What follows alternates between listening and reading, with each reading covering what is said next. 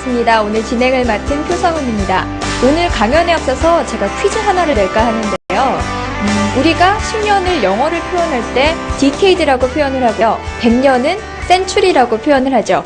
그리고 100년이 10개 모인 1000년은 밀레니엄이라고 이야기를 하는데요. 이 밀레니엄을 통틀어서 인간 생활에 가장 유익했던 발명품은 무엇일까? 하고 미국의 유력 일간지가 조사를 했다고 해요. 첫 번째 밀레니엄, 그러니까 1년부터 1000년까지의 기간 중에서 최고의 발명품은 바퀴가 꼽혔다고 하는데요.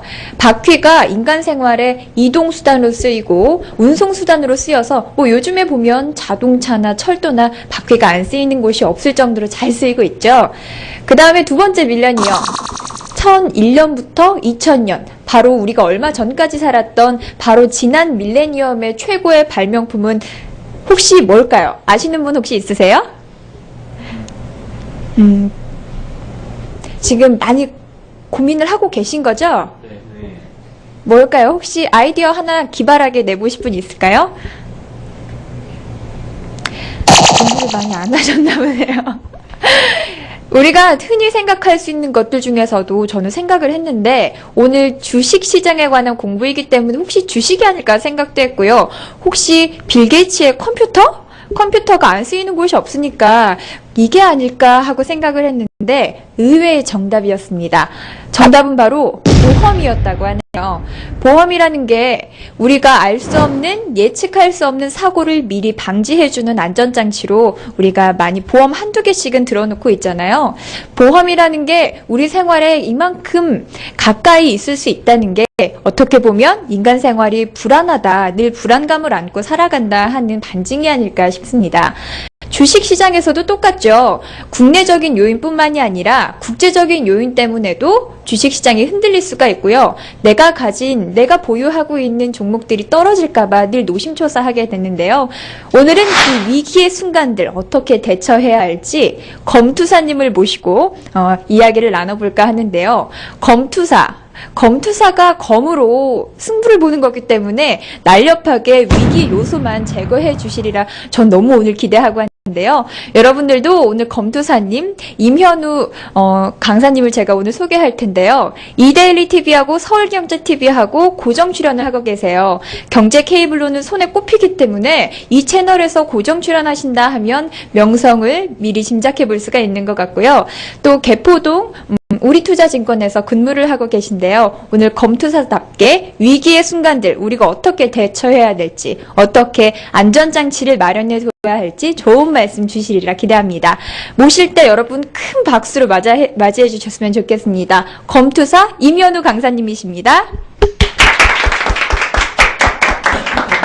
네, 방금 전에 아나운서께서 언급하신 멘트 중에 첫 번째 밀레니엄이라는 얘기가 나왔는데요. 바로 그 첫 번째 밀레니엄 시대 때 이탈리아 콜로세움에서 우리 귀족들의 그 장난에 하루하루를 생명을 유지하기 위해서 열심히 싸웠던 그 검투사가 바로 2000년이 지나서 우리 주식시장에서 검투사라는 필명을 가지고 우리 기관 투자자들과 외국인 투자자들에 맞서면서 우리 개인 투자자들의 힘을 북돋아주기 위해서 나온 강사 검투사입니다. 다시 한번 인사드리겠습니다. 오늘은요, 제가 한 두 가지 관점에서 우리 시청자분들께 설명을 드리기 위해서 내용들을 준비를 해봤습니다. 첫 번째는요, 최근에 주가 하락 사유에 대한 부분들을 보다 좀 심층적으로, 그리고 그 원인들을 좀 살펴보면서 원인을 알아야지 우리가 대응하는 방법을 알지 않겠습니까? 그래서 그 결과를 한번 원인에 따른 그 결과들을 알아보는 그런 시간을 가져보도록 하고요. 그리고 두 번째는 우리 시청자분들께서 가장 좋아하시는 종목들을 발굴하는 방법들을 한번 말씀을 드리도록 할 텐데요. 그 종목 발굴은 가급적이면 급등주 좋아하시니까 급등주 발굴을 할 수 있는 그런 기법들을 말씀을 드려보도록 하겠습니다. 그래서 그 종목들에 맞춰가지고, 그리고 그 원인과 결과에 맞춰가지고 2011년도를 주도할 업종과 종목들을 한번 마지막에 말씀드릴 수 있는 시간을 가져보도록 하겠습니다. 일단은 강연을 하는데 앞서서 우리 방청객 여러분들 반갑습니다. 안녕하세요. 안녕하세요. 근데 여기 계신 분은 제가 이 방송을 모니터링을 많이 해봤는데요. 자주 뵙는 것 같아요. 무슨 강연의 죽돌이도 아니시고 그래서 앞으로 우리 그 설경제TV 지금 이 방송을 시청하시는 분들 같은 경우에는 언제나 그 여러분들께 오픈이 되어 있으니까 많이 참여해 주시면 좋을 것 같고요. 주말에 또 이렇게 방송이 잡혀 있으니까요. 요때 오셔서 공부도 하시면은 문제는 없을 것 같습니다.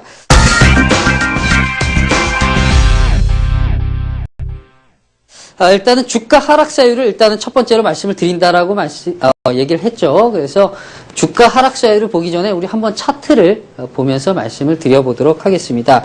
지금 보고 계신 차트는요, 종합주가지수 차트입니다. 과거 2121포인트를 찍던 1월 말에 우리는 모두 다 열광을 했습니다. 이제 종합주가지수 3000포인트를 가는 것이 아니냐. 라고 해서 종목들이 화학업종도 그렇고 자동차 업종도 그렇고 엄청나게 상승을 했었죠. 이때는 기관 투자자들도 많이 샀어요. 우리 개인뿐만이 아니라. 그러나 실질적으로 2월 달이 들어서면서 종합주가지수가 2000포인트 대비해서 1차적인 하락 구간, 바로 저는 이 구간을 1차 하락과 2차 하락으로 나눠서 보고 있는데요. 바로 이 1차 하락 구간에는 외국인들이 너무나 많이 다 털고 시장을 나가주면서 주가가 많이 하락을 했고요. 그리고 두 번째는 이 구간 때는 아무래도 이게 중동에 그리고 북아프리카의 민주화 운동이 우리 증시에 그리고 글로벌 증시에 상당 부분을 영향을 미쳤기 때문에 하락을 했다라고 보시면 될 것 같습니다.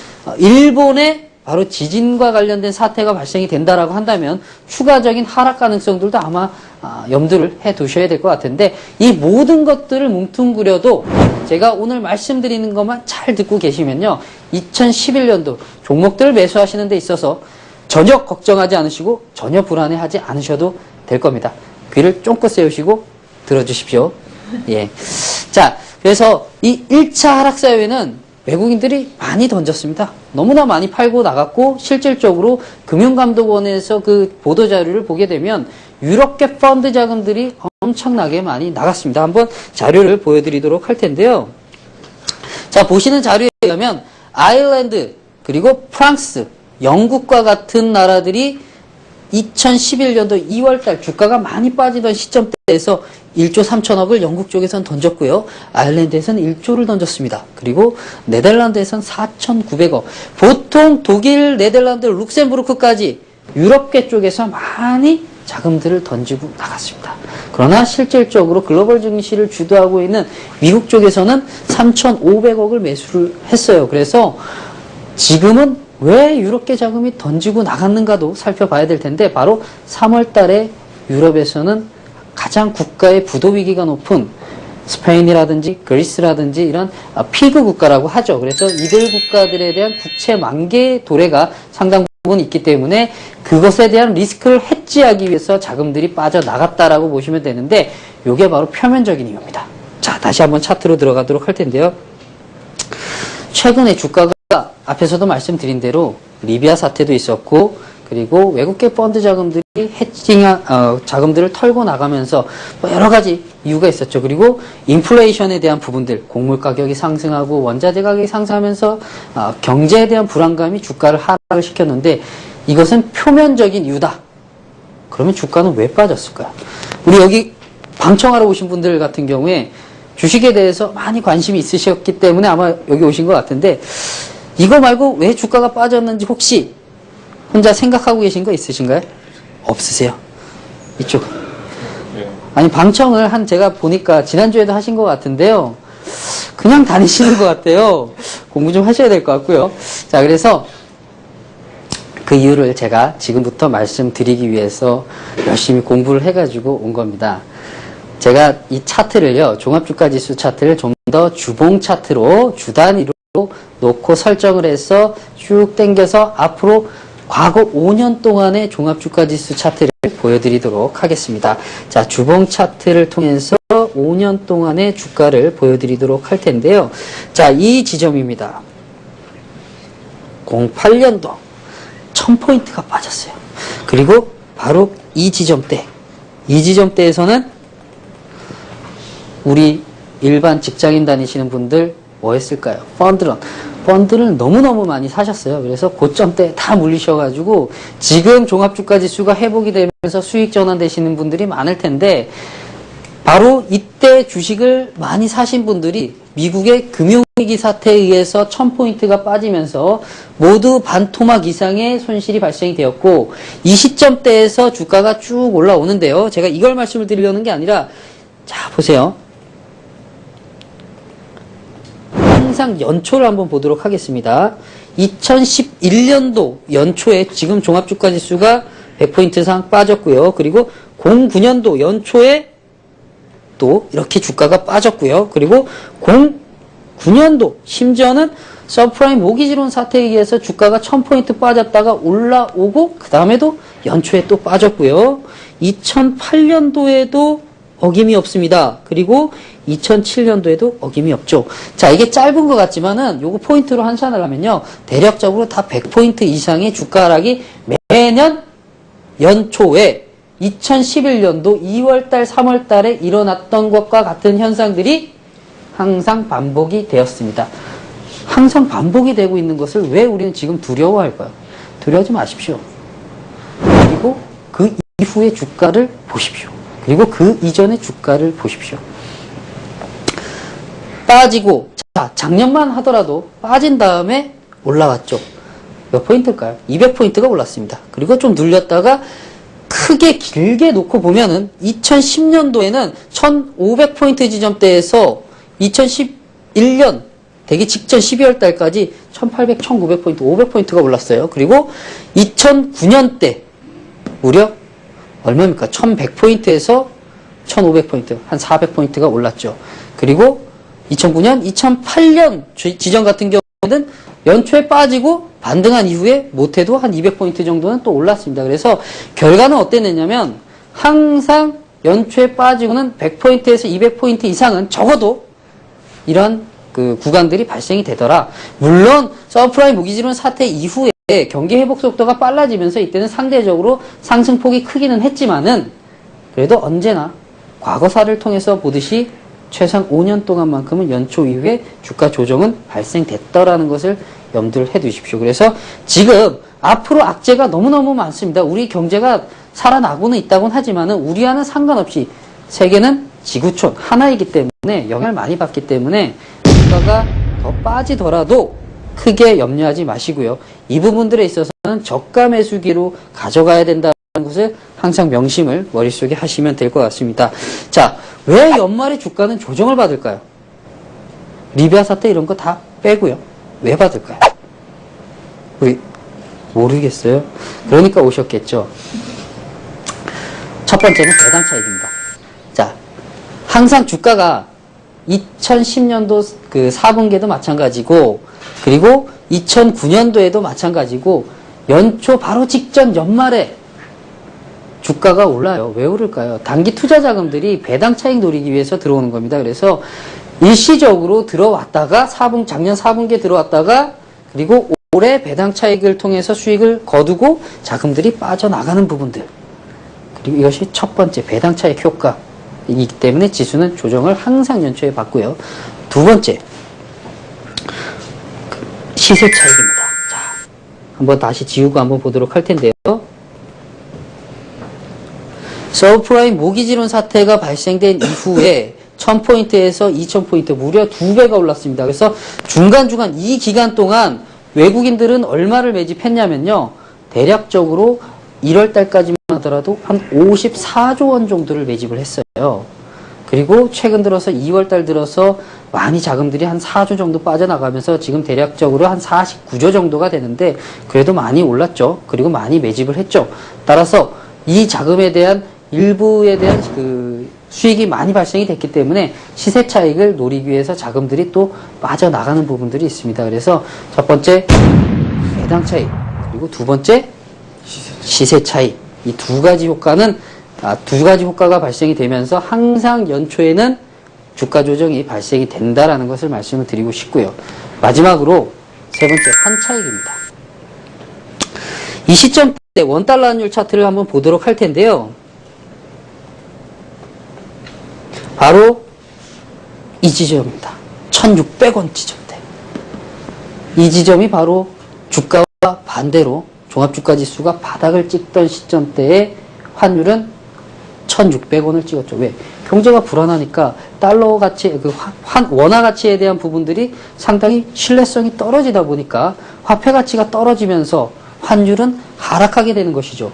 따라서 1,600원을 기록, 1,570원 가량 정도가 되는데, 이렇게 이 지점대에서 삼성전자를 아주 저가에서 매집했던 세력들이 이미 시세가 2배 이상이 발생이 되면서 시세 차익과 배당 차익들을 노렸는데, 이때 주식을 1,600원 주고 한 주 사던 것이 지금 와서 $1, 1달러를 대략적으로 제가 한번 가볍게 좀 예를 들면서 설명을 드리도록 할 텐데, 이 당시에 1,000원 주고 삼성전자 한 주를 샀다 라고 보십시오. 그러면 삼성전자가 지금 2,000원이 돼 있어요.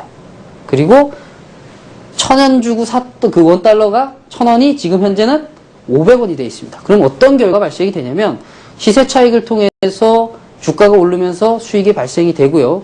1달러가 1,000원 하던 것이 500원이 돼 있으면 이것을 다시 환차익을 노리면서 이게 환전할 경우에 달러를 1달러 1,000원 주고 샀던 것을 2달러에 똑같이 바꿔서 매집을 할 수 있는 그런 효과가 발생이 됩니다. 그래서 환차익 효과가 지금 현재도 발생이 되고 있기 때문에 지금 팔고 싶은 욕구가 엄청나게 많이 발생이 되는 것이죠. 지금 현재 2010년도에 그 달러, $1 환율 차트를 놓고 보게 되면 1120원대에서 지지를 받고 있습니다. 그래서 이 지점대에서 반등이 나올 수도 있고 계속해서 지지받는 시점대고, 과거 사례를 놓고 봤을 때 이 지점이 가장 최저점이기 때문에 더 환차익을 노리고 싶은 욕구는 더 발생이 되는 것입니다. 그래서 이 세 가지 효과가 발생이 되면서 외국인들은 연초에 집어 던졌던 것이죠. 그래서 이 부분인데, 그러면은 앞으로도 이런 상황들이 계속해서 발생되지 않겠느냐 궁금해 하실 겁니다. 한번 제가 준비한 자료를 보여드릴 텐데요. 자, 그러는 와중에도 우리 외국인들은 어떠한 현상이 일어났느냐. 종목들을 막 던지는데도, 자, 우리 한번 보시죠. 2011년도 어떤 업종을 유망하게 보고 계십니까? IT 업종. IT 업종이요. 우리 여기 방청객분은 보험 업종이요. 그럼 금융주들, 이쪽은 어떻게 우리 시청자분께서는, 우리 아나운서님도 잘 모르시겠다. 우리 시청자분은 어떤 업종을 좋아하세요? 2011년도. 딱히 생각이 안 나시는 것 같습니다. 저도 좀 땀이 좀 나는데요. 자, 외국인들은 주식들을 집어 던지면서 그래도 사고 있었던 업종들이 있습니다. 그걸 한번 펀드 자금 흐름들을 한번 볼 텐데요. 바로 금융업종입니다. 가장 많이 순매집했던, 팔고 있는 와중에도 그래도 사고 있었던 것은 파이낸셜, 금융업종이고요. 그리고 두 번째가 바로 인포메이셔널 테크놀로지, IT 업종입니다. 그래서 2011년도는 우리 바로 여기 방청객분께서 말씀하신 대로 IT 업종과 그리고 보험주가 포함되어 있는 금융업종들을 매집을 해 나가셔야지만 된다. 주가가 하락하고 있는 와중에도 매집하는 업종들을 매수를 한다면 그것은 반드시 거시적인 측면에서 놓고 본다면 저가 매수의 기회다. 숲을 보고 나무만 보지 마시라는 말씀을 드리기 위해서 이렇게 장황하게 말씀을 드렸던 것입니다. 그럼 앞으로 주가 상승 여력은 어떻게 발생이 되겠느냐?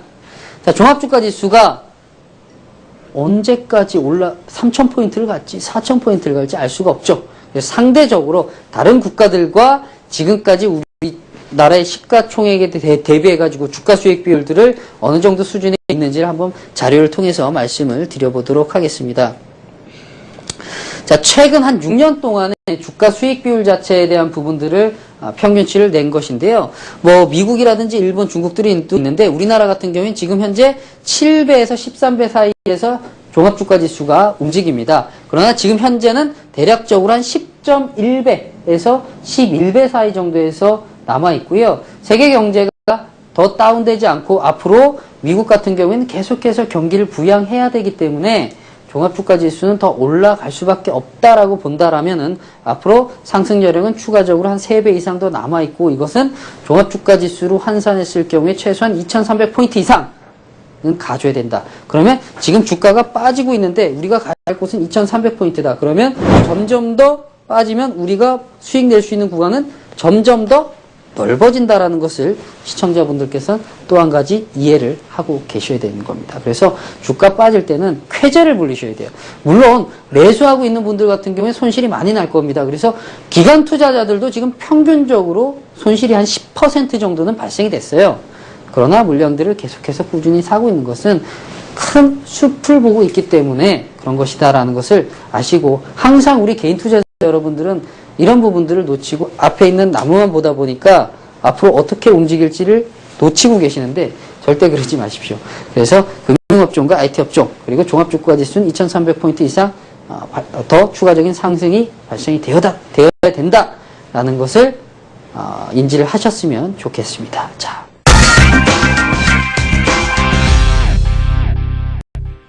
우리 시청자분들께 자, 그럼 좋은 종목들을 발굴하는 방법을 말씀을 드려보도록 하겠습니다.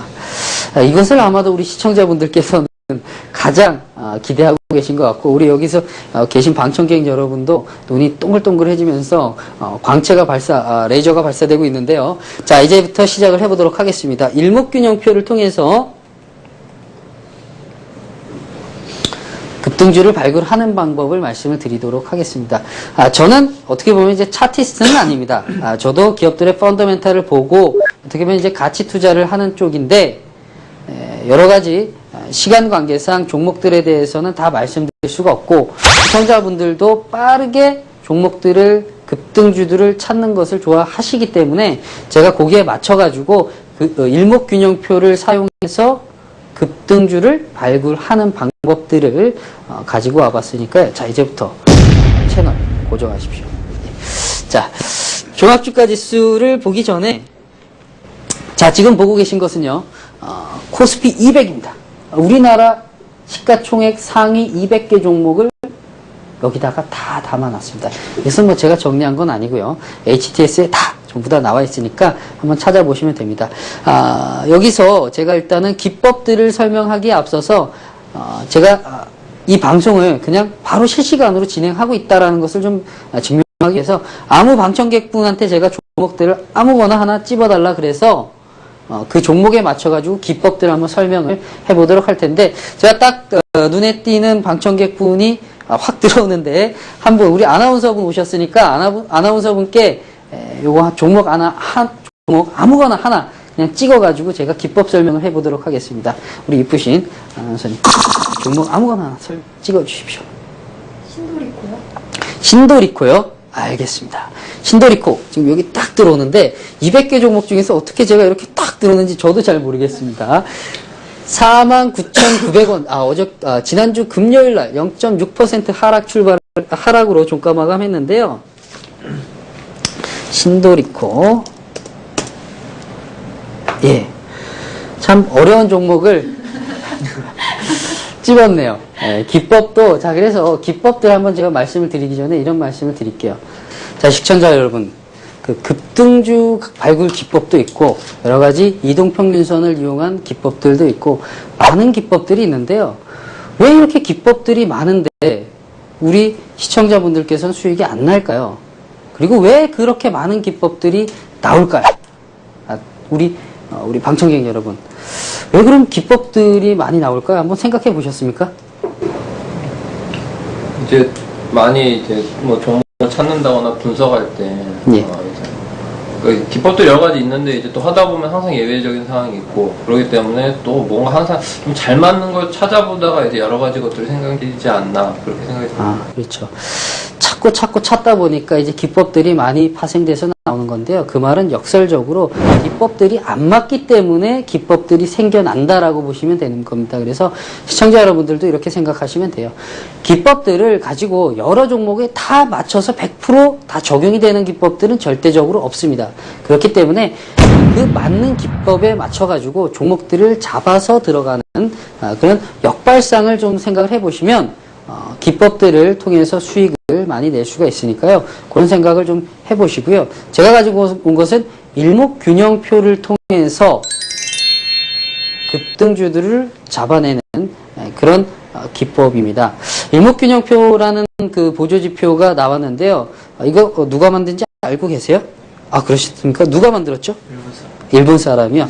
네, 맞습니다. 일본 분이 만드셨어요. 이치모쿠 산징이라는 그 분이 만드셔가지고 동경대학교 학생들이 아마도 이 일목균형표를 만들기 위해서 아르바이트를 한 3,000명 정도를 썼다고 하더라고요. 그래서 알바비로 따지면 상당히 생활하기에는 괜찮았을 것 같은데 그만큼 이게 이제 동양의 신비를 좀 많이 담고 있습니다. 그래서 기존의 보조지표들 같은 경우에는 미국이라든지 유럽 쪽 어떻게 보면 이제 계산적인 수치에서 정확하게 떨어지는 그런 보조지표들이 만들었다라고 한다면 이 일목균형표 같은 경우에는 동양에 있는 주역이라는 책을 통해서 그리고 동양에서 가장 신비한 숫자들을 뽑아내서 여기 차트에다 적용됐기 때문에 어떻게 보면 동양을 대표하는 보조지표는 일목균형표일 수도 있다라는 말씀을 좀 드려보고 싶고 그만큼 해석하는 것 자체가 상당히 어렵고요. 시중에 나와 있는 책들조차도 명확하게 설명하는 책들이 많지가 않고 원본 자체도 구할 수가 없습니다.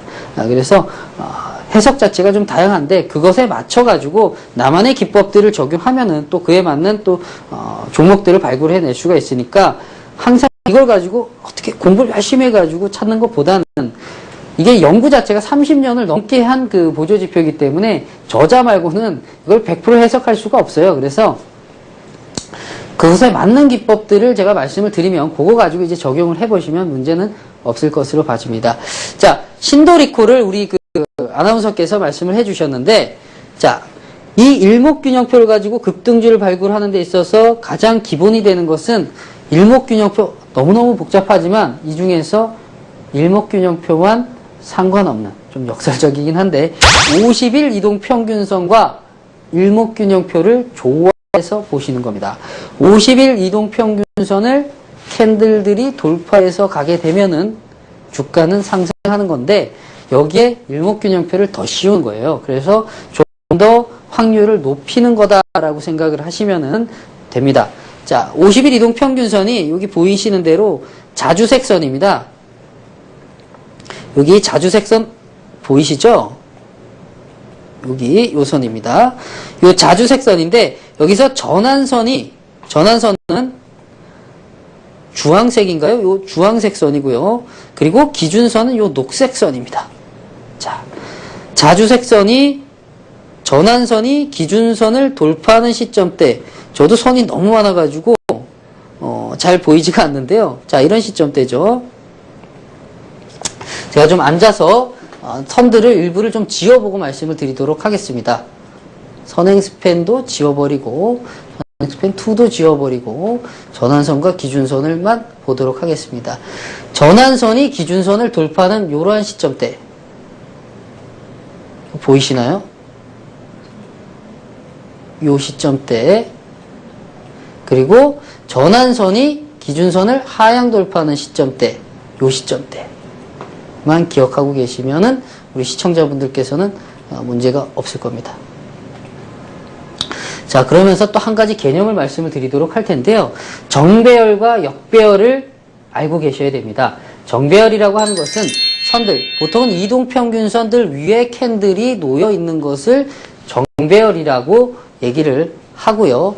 그리고 역배열이라고 하는 것은 이동평균선들 하단부에 캔들들이 놓여 있는 것을 역배열이다라고 생각하시면 되고요. 자, 바로 전환선과 일목균형표의 전환선과 기준선이 돌파하는 시점대에서 정배열이 된다. 캔들들이 정배열이 돼서 선들 위에 올라가는데 이 시점대에서 이동평균선, 50일 이동평균선이 돌파가 된다라고 했을 경우에는 제가 50일 이동평균선을 한번 넣어보도록 하겠습니다.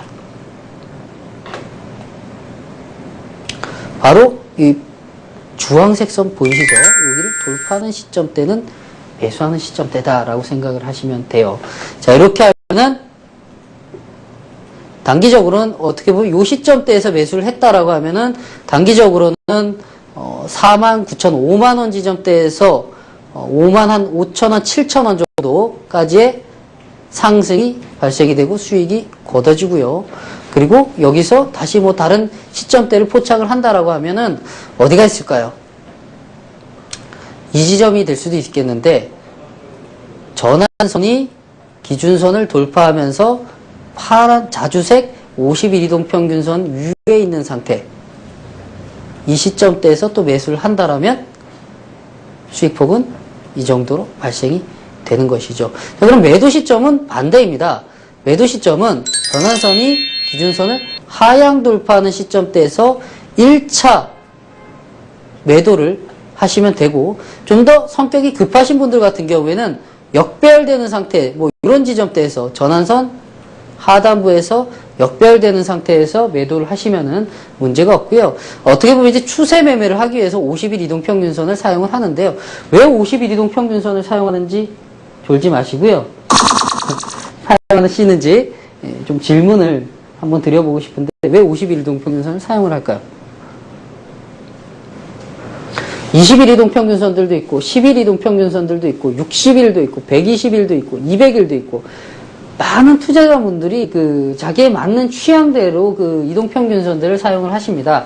저는 어떻게 보면 이제 추세 매매를 하는 그런 사람입니다. 그래서 회사의 펀더멘탈을 보고 기본 가치를 통해서 급등주 패턴에 들어가 있는 종목들을 발굴해가지고 가기 때문에, 수익 어느 정도 저평가되어 있는 종목들이 급등주 패턴에 있으면은 들어가면은 수익을 20% 30% 먹으려고 들어가기 때문에 추세 매매를 들어가게 됩니다. 그래서 5일 평균선, 10일 이평선, 단기 이동 평균선들도 사용할 수가 있겠지만, 외국인 투자자들이 가장 선호하는, 외국인 투자자들은 일반적으로 중장기 투자를 매매를 상당히 많이 하기 때문에 외국인 투자자들이 선호하는 50일 이동 평균선들을 같이 적용을 하는 것이죠. 그래서 이동 평균선들을 20일을 놓던 60일을 놓던 그것은 시청자분들의 마음인데, 중장기적으로 추세 매매를 하고자 하시는 분들 같은 경우에는 50일 이동평균선을 넣는 것도 나쁘진 않다라는 말씀을 좀 드려보고 싶습니다. 그래서 저는 50일 이동평균선을 사용을 하고 있고요. 실질적으로 50일 이동평균선들을 사용하게 되면 수익 자체가 상당히 급감하는 부분들이 있습니다. 이렇게 빠질 때는 신호 자체가 늦게 나오기 때문에, 10일보다 20일보다도 신호가 늦게 나오기 때문에 단기적인 투자 성향이 있으신 분들 같은 경우에는 손실을 오히려 수익 난 것들을 감소시키는 부분들이 있는데요.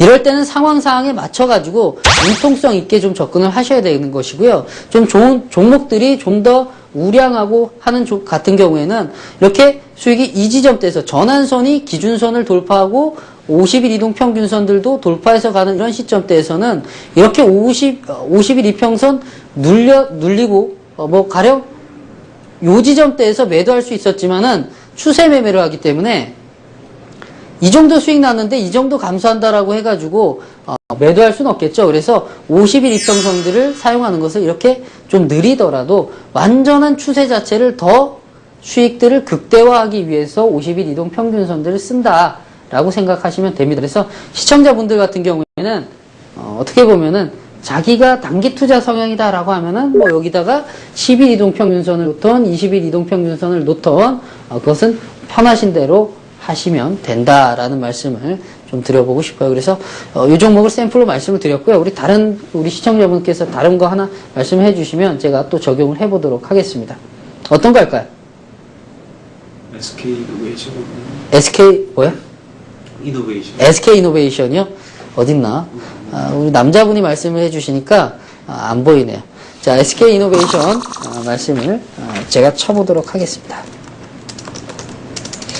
SK 이노베이션 같은 경우에는 뭐 화학주들에 대한 그 정제 마진이라든지 수익성에 대한 개선에 대한 부분들이 있고, 유가가 급등하기 때문에 단기적으로는 정제 마진 수익성들이 증가하는 부분들이 있습니다. 그래서 주가 자체는 상당히 최근 들어서도 좀 주목을 받고 있고, 주가 하락 속에서도 좀 버티는 부분들이 나오고 있는 것이죠. 그래서 이 부분들은 좀 작년부터 많이 움직였고, 화학주들은 단기적으로 놓고 본다라고 하면은 뭐 올 상반기까지는 추가적인 상승 여력들이 종합주가 지수만 잘 받쳐준다라고 한다면 상승 여력들이 있기 때문에 뭐 그렇게 업종을 좀 분석해서 종목들을 접근하시는 방법들도 있고, 지금 같은 경우에는 급등주를 발굴하는 그런 패턴들을 공부하는 시간이니까 요걸 가지고 한번 패턴들을 한번 잡아보도록 하겠습니다. 자, 우리가 전환선과 기준선이 돌파되면서 50일 이동평균선까지 돌파하는 그런 패턴 찾아보도록 하겠습니다. 자, 이 시점대죠.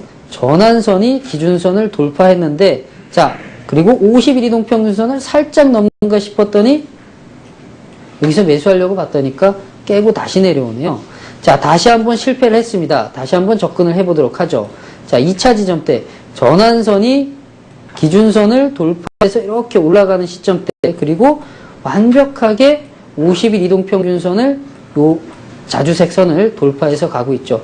보통은 이동평균선들이 돌파할 때 우리 시청자분들 하나 또 팁을 드릴 텐데요. 전환선이 기준선을 돌파해서 가면서 50일 이동평균선까지 돌파를 해서 가면 매수를 하시면 되는데, 중요한 것은 여기서 이동평균선도 진짜와 가짜가 나눠집니다. 진성 이동평균선과 가짜 이동평균선으로 나눠져요. 이동평균선들이 적어도 공략하실 때는 이동평균선들이 이렇게 하락하고 있는데 전환선 기준선 돌파했다고, 이거 돌파했다고 매수하는 것은 어떻게 보면은 좀 신중하지 못하다라고 보시면 됩니다. 이동평균선이라고 하는 것은 최근 50일 이동평균선, 최근 50일 동안의 종가 가격들을 다 더해서 평균한 선이죠. 그래서 이동평균선들이 하향하고 있다라는 것은 아직까지는 추세 자체가 조금은 부담스러울 수 있다라고도 생각을 해볼 수가 있는 거예요. 그래서 오히려 이동평균선들이 이렇게 올라가는 시점대에서 전환선과 기준선이 돌파되면서 50일 이평선을 돌파하면은 이건 확실한 겁니다. 그래서 지금 이 시점대에서 올라가고 있는데요. 지금 돌파하고 있는 시점대에서 1차적으로 매수를 해도 되겠지만 좀 더 그 구간대에서 수익이 발생되고 있는데 50일 이동평균선까지 올라온다라고 하면 이거는 추세 매매도 가능하다라고 보시면 되고, 요 지점대에서 전환선과 기준선이 크게 밑으로 하향 돌파가 안 된다라고 하면 이 구간을 꾸준히 들고 가면 되는 겁니다. 자, 그렇다면 언제 매도를 할까요? 1차적으로 요 시점대에서 돌파하는 시점대에서 매수를 했다. 그러면 매도하는 시점대를 봐야 되겠는데, 제가 말씀드린 대로 전환선과 기준선이 1차적으로 이렇게 전환선 밑에 역배열되는 상태에서 실전에서는 아마도 매도하고 싶을 겁니다. 갭으로 떨어졌기 때문에 이걸 들고 있기가 쉽지는 않을 거예요. 아무래도 수익이 20% 30% 났다 그래도 이거 추세 끝난 거 아닌가 하는 생각이 들기 때문에 매도하고 싶겠죠? 그러면 아마도 이 시점대에서 성질 급하신 분들 같은 경우에는 1차로 매도를 했을 거고요. 전환선과 기준선이 아직까지는 돌파가 안 됐어요. 다행히 여기서 지지를 받고 올라갑니다. 그러면 제가 말씀드린 대로 전환선과 기준선이 돌파되는 요 시점대에서 아마도 매도를 정석대로 하신다면 매도를 하셨을 겁니다. 그러면 두 번에 매도할 수 있는 기회가 발생됐어요. 그래서 언제 아무 때나 이 지점에서 매도를 하던 이 지점에서 매도를 하던 일단은 수익 자체는 10만 5천 원에서 12만 원대까지 한 20% 이상의 수익이 얻어져 있는 상태이기 때문에 기분 좋게 매도를 하셨을 것이고요. 좀 더 중장기 투자를 원하시고 좀 더 곰처럼 느긋하게, 우리 소처럼 느긋하게 매매를 하시는 경우 같은 경우에, 우리 투자자분들 같은 경우에는 50일 이평선까지도 지지받는지 여부를 확인을 하고 가셨을 겁니다. 그래서 제가 50일 이평을 넣는다라는 것은 중장기 추세 매매를 위해서 조금 신호는 늦게 발생되지만 수익이 어느 정도 확보가 됐으면 이렇게 눌리는 구간대에서도 버틸 수가 있기 때문에 50일 이평선을 넣은 거고, 시청자분들은 조금 급하게 하시는 분들 같은 경우에는 20일 이평을 놓으셔도 문제는 없습니다. 그래서 저는 50일 이평인데, 우리 배우신 분들 같은 경우에는 50일 이평을 넣었다. 근데 깨졌습니까? 안 깨졌죠? 안 깨졌으니까 들고 가는 거죠. 그러면 수익은 더 극대화가 돼서 1차적으로 이 구간대에서 20%, 그리고 잘 버티신 분들 같은 경우에는 12만 원에서 또 14만 원까지 가니까 궁극적으로는 한 40% 정도 더 어떻게 되는지 한번 보도록 하겠습니다. 더 올라가네요. 그러면 굳이 매도할 필요가 없겠죠. 50일 이평 이탈되는 시점대까지 아직까지는 한 번도 이탈이 안 됐으니까 들고 가시면 문제없이 10만 원에서, 결과적으로는 저도 지금 갑자기 보고 있는데 아마 요 시점대에서 매도를 했을 겁니다. 그러면 18만 원, 한 수익은 10만 원대에서 매수를 했으니까 한 80% 정도 수익이 났을 거라고 봐집니다. 어떻게 보면은 SK이노베이션이 우리 시청자분들 보기에는 상당히 좀 자극적이고 수익이 80% 이상이 났기 때문에 이렇게 하면 뭐 다 만나는 거 아니냐라고 생각하시는 분들이 있는데요. 말 그대로 이거는 이제 기법이고요. 실전에서 또 당일의 호가라든지 그리고 당일의 시황이라든지 뭐 하다못해 최근 들어서 발생되는 뭐 리비아 사태라든지 일본의 지진이라든지 이런 얘기들이 발생이 된다라고 하면 이 시점에서 주가가 막 가령 이렇게 눌리게 되고 빠지게 되면 다 매도하고 아마 청산하고 안 들고 가실 거예요. 그래서 실전에서 적용하는 것은 약간은 차이는 있지만은 이런 패턴을 이용해서 종목들을 발굴을 한다라고 하면은 전혀 문제가 없고요. 뭐 발굴하는 데 있어서 더 좋은 방법은 이렇게 올라가는 종목들, 바닥에서 횡보하고 올라가는 종목들을 매수하면 좋고요. 그리고 두 번째 급등주 발굴이다 보니까 급등을 해야 되고 수익도 극대화돼야 되는 부분들이 있습니다. 그래서 오히려 상승하는 종목들 말고 과거의 추세 자체가 상당히 많이 빠져서 빠질 대로 빠진 만큼 이런 지점대에서 추세 하락을 다 보고 추세 하락을 보고 조건들이 맞으면은 이런 지점대에서 매수를 해가지고 들고 가시는 게 어떻게 보면 급등주 발굴 기법의 클라이막스가 되지 않겠느냐라고 보고 있으니까요. 그 점 명심하시면은 좋을 것 같습니다. 자, 지금 그러면 신도리코하고 SK이노베이션을 했는데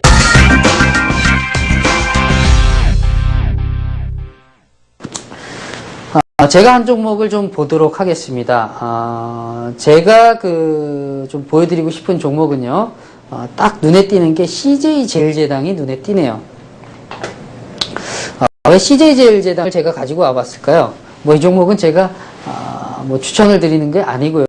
말씀드리기에도 편하고 좀 이슈가 되기 때문에 가지고 와봤습니다. CJ제일제당 같은 경우는 지난주가 아니죠. 어제 그저께 같은 경우에 이제 뉴스가 났는데 원체 이제 인플레이션이 상승하다 보니까 여러 가지 원자재 비율에 대한 부분들도 상당히 부담이 되고 해서 설탕 가격들도 급등을 하고 있는데 국내 업체들이 이제 물가 안정을 위해서 어느 정도는 좀 안 올리고 있다가 이제는 좀 올릴 수밖에 없는 상황들이 왔기 때문에 수익성을 개선할 수 있는 그런 호재들이 나오면서 주가는 급등을 했는데요. 뭐 이런 추세라면은 뭐 계속해서 전환선만 하향 돌파가 안 된다면 1차적으로는 들고 가도 문제는 없겠고, 자, 이 종목 같은 경우는 제가 말씀드린 대로 전환선이 기준선을 돌파하면서 50일 이동 평균선까지 안착하는 뭐 이런 시점대에 에서 한번 매수를 들어가면은 뭐 상당히 수익들이 날 수 있는 부분들이었고요. 지금과 같이 이렇게 장대 양봉이 나오면서 주가가 급등했던 부분들에 대해서는 뭐 이건 예측할 수 없는 부분들이기 때문에 뭐 정말 이렇게 해서 올라가는데 이런 호재까지 나와주면 금상첨화죠. 이런 부분들이 또 발생이 될 수가 있으니까 상당히 CJ제일제당은 어떻게 보면은 제가 말씀드린 그 패턴과 상당히 일맥상통하는 부분들이 있는데 추세가 하락한 상태에서 돌파가 이루어지는데 전환선과 일목균형표 상태에서 전환선과 기준선을 돌파하고 50일 이동평균선까지 돌파하면은 상당히 바닥권대에서 잡아서 수익을 극대화할 수 있는 그런 패턴들이다 라는 말씀을 좀 드리고 싶고, 상당히 좀 차트가 이렇게 올라오면서 아름답지 않습니까? 저는 차트를 보면서 아름답다라는 생각을 했는데 뭐 다음날 같은 경우에는 너무 단기 급등한 측면들이 있어서 조금 늘 수는 있는데 이런 기준에서는 전환선만 돌파가 안 된다면 꾸준히 들고 가고 뭐 수익 자체도 상당히 좀 어느 정도 확보가 됐기 때문에 전환선 돌파되고 좀 안정적으로 가기 위해서 기준선까지 좀 보겠다라고 하시는 분들 같은 경우에는 기준선 지지받는 것까지도 염두를 해 두시면서 종목들을 추세 매매를 해보시는 것도 나쁘지는 않을 것 같다 라는 말씀을 좀 드려보도록 하겠습니다. 자, 제가 가지고 온 종목은 기법은요, 이 일목균형표 급등 발굴 기법 요걸 가지고 와봤고 최근 들어서 그 주가 하락 사유까지 말씀을 드려봤습니다. 요즘 주가 하락의 이유로는 흔히 리비아 사태와 인플레이션과 같은 요소가 지목되어 왔는데요. 하지만 오늘 검투사 임현우 전문위원님께서는 배당 차익과 시세 차익 그리고 환차익을 실질적인 요소로 지목해 주셨습니다. 그리고 올해 들어서 우리가 꼭 주목해보면 좋을 만한 업종으로는 은행이나 IT 업종 같은 금융주를 짚어주셨고요. 마지막으로 일목균형표를 이용한 급등주 발굴 기법까지 소개해 주셨습니다. 요즘 날씨가 많이 화창해졌습니다. 하루하루 따뜻해지는데요. 오늘 배운 내용들 잘 기억하셨다가 적용하시면 여러분의 투자도 화창한 봄날씨처럼 좋은 수익 낼 수 있지 않을까 기대해봅니다. 오랜 시간 함께해 주셔서 감사합니다. 다음 강연에 뵙겠습니다.